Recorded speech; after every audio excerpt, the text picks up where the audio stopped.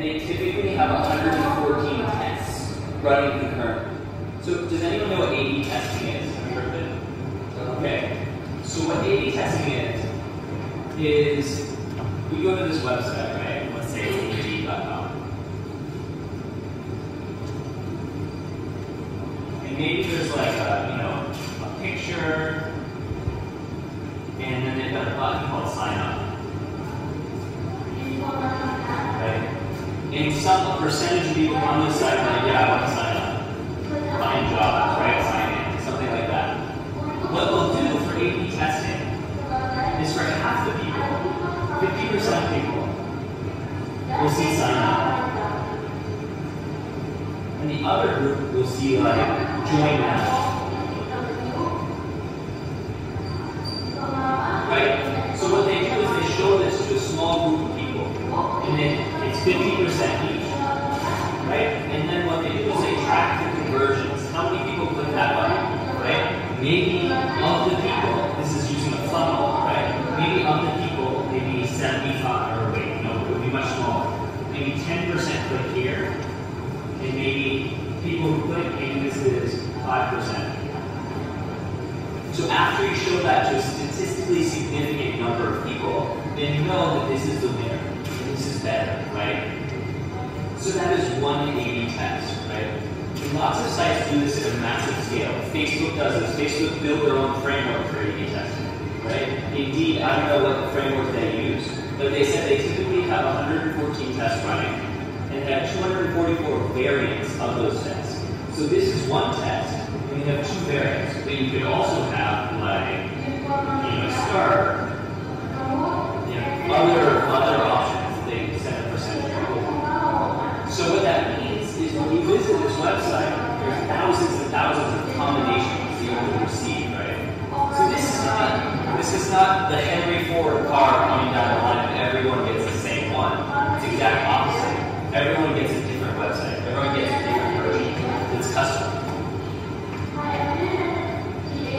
So Mark Zuckerberg's famous for saying the move fast and break thing, right? Because he wants to get those different versions out. He wants to come that out. I really like how,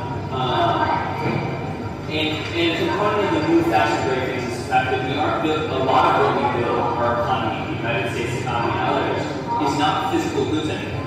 A lot of it is virtual, right? So a product can be changed across the entire country in minutes, right? You can just do one deploy and things are different. And what that means is based upon A/B testing, based upon an election result or something, that the requirements that your bosses want you to build changes very quickly, very quickly. And as a result of that, there's the whole Agile manifesto. And what it says basically is it says embrace change. You cannot plan better such a change. You can plan your way around change. It's never going to happen. What you have to do is assume that things will always change and work within that construct. So that move fast and break things. I found this was a picture that someone had after they posted this to Facebook. And move fast and break things, and then they have a sticky note of except for data, and push, and metacache, and cards and stuff like that. Because while you do want to move fast and break things, you don't want to break the critical stuff. It's okay maybe if it says sign up is spelled wrong, but if your site goes down, that's pretty fucking bad, right? And you lose revenue. So they aren't saying break those things. So you definitely don't want to break all of the things, right? And furthermore, as software gets complex, you see things like this, right? This was a botched deploy for Light Capital. They lost $400 million. It was 45 minutes that the bug was out there and they were short selling them.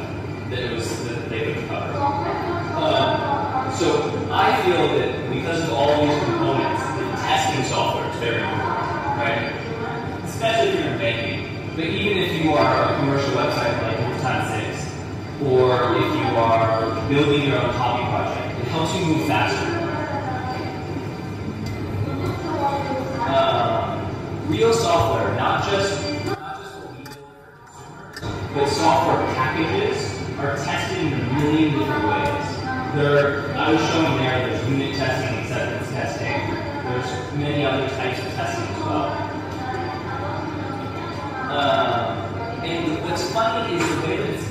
in school is I thought the crowd would be mostly like fresh grads or kids who haven't graduated yet. It seems not to be the case.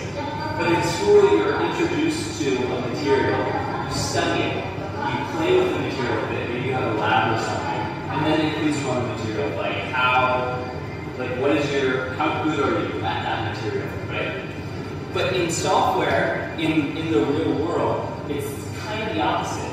You're introduced to the material, and then you test it first. This is a commit that Sai made to core Python. You want to talk about it? Yeah, sure. So, if you go to the source projects, and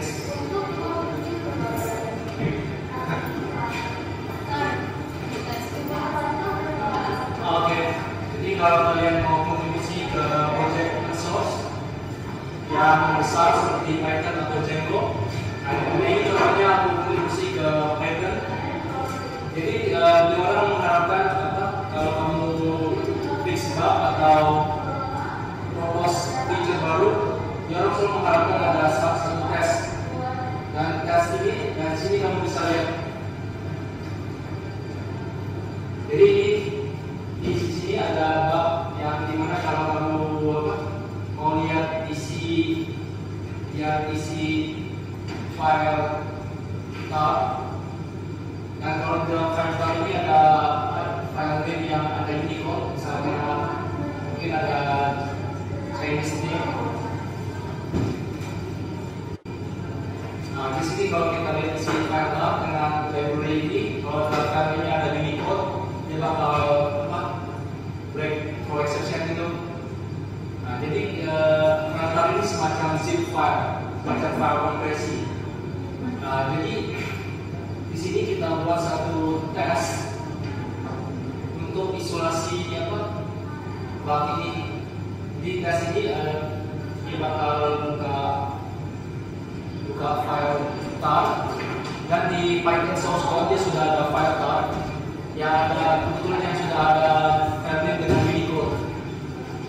Dia menggunakan kalau salah accent semacam cafe ini. Nah, jadi dengan semacam buka file tar, kita pastikan kalau setelah buka file tar ini kita bisa tampilkan file name dengan Unicode ini. Kita bisa print file dengan Unicode ini ke std out.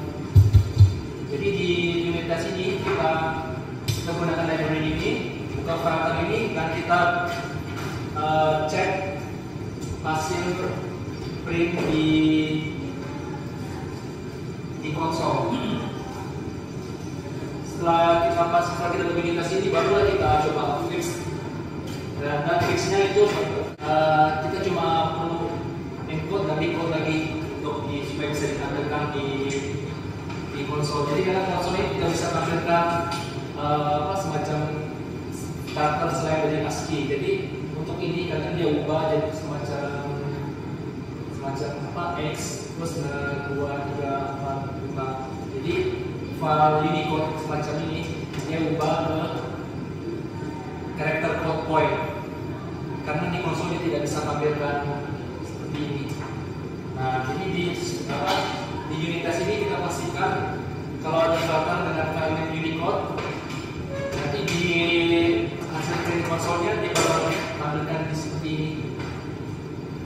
I think that this is a very specific example, but it's difficult to understand how important it is that contributing to testing and contributing to open source libraries like Python, right? So this code that Sky wrote is going to be running on Google servers across the world, right? Google uses Python for all of its internal glue, for all of its internal projects, a lot of them. And this bug that was identified, and they identify it by creating a test for it. They see the bug, and then they create a test, and then they understand how they exercise their knowledge of Python and refactor it. That process is what's necessary for these large libraries to exist, right? Someone can't just hack together Python and be like, oh, I think this is a better feature or something like that. And it's not just libraries, it's also major projects, right? Like I worked on Groupon, right? And their test week was about 4 hours to run. Just thousands and thousands of different test cases to make sure that when people click the buttons, that when they click buy, that buy fucking works. Because if it doesn't, we're losing money. And if this thing happens and it breaks across, across Google servers, Google's losing money, right? Anything else you want to say? So I gave a little bit of demonstration of how some testing looks like, right? So I have a project here and I already closed it out. So I can see people are coming. But and so I've got a test suite for a very small project of mine that I just wanted to show how quick and how the process of QA and things like that, people going around and clicking buttons on a site, it's a waste of time. And in professional software, what we do is even in this small project that I built on a weekend, I've got 72 test cases, and 4 of those pull up the browser and click various bits on the page. I can just show you. Overall, it only takes like 12 seconds. And so this testing thing, whether it's testing for a core library or testing at a high level, is fundamental to how K&K operates. And it's fundamental to allowing us to change quickly.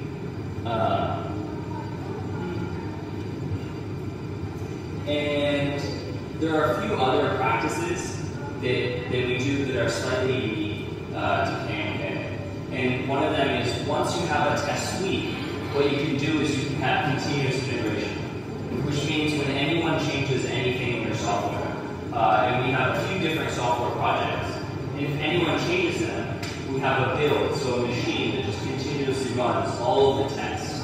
That ours fortunately doesn't take 4 hours yet, but it takes about half an hour.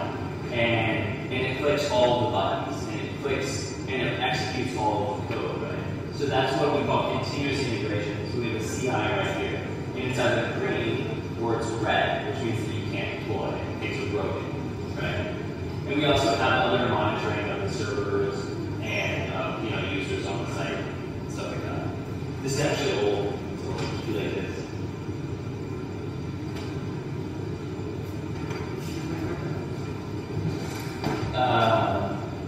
And another interesting thing that we do is we always pair program, right? So some people do this in other fields outside of software as well. At Pivotal, they pair designers. So like 2 software designers, or like visual designers who work together, and they continuously be talking about what they're building. Here we do the same thing with engineers. Sometimes they're looking at cats, but they'll be talking about the software that they're writing. And one person will write while the other one is thinking about the next step. And someone will write a test, and the other person will make a pass. And then it's called ping pong, because it goes back and forth.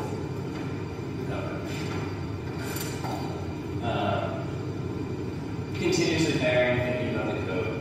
So I had sort of prepared this talk mainly for like computer scientists, people who are going to be doing writing software professionally. We could talk more about Agile. That was the main reason why I wanted to come. Do you have any questions?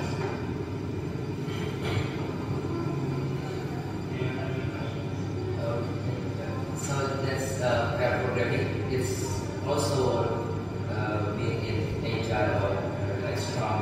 Yeah. So in like Agile, there are a whole bunch of different ways that people like implement Agile, right?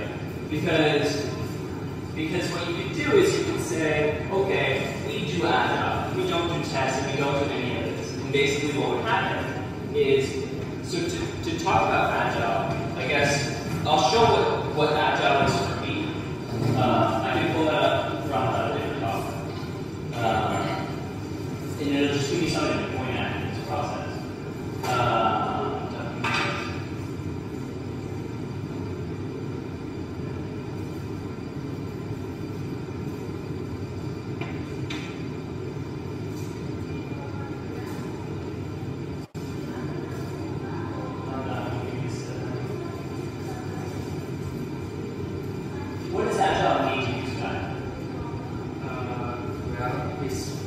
and fast. That's the common point, I suppose. Here we go. So, Agile for me is, and this is a talk, my last company, so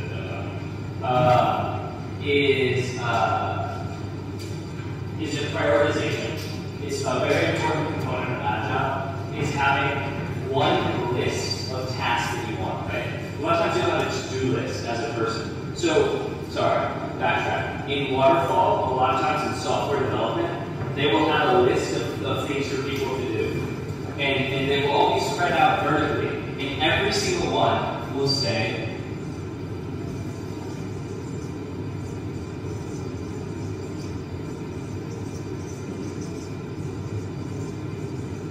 every single one will say urgent.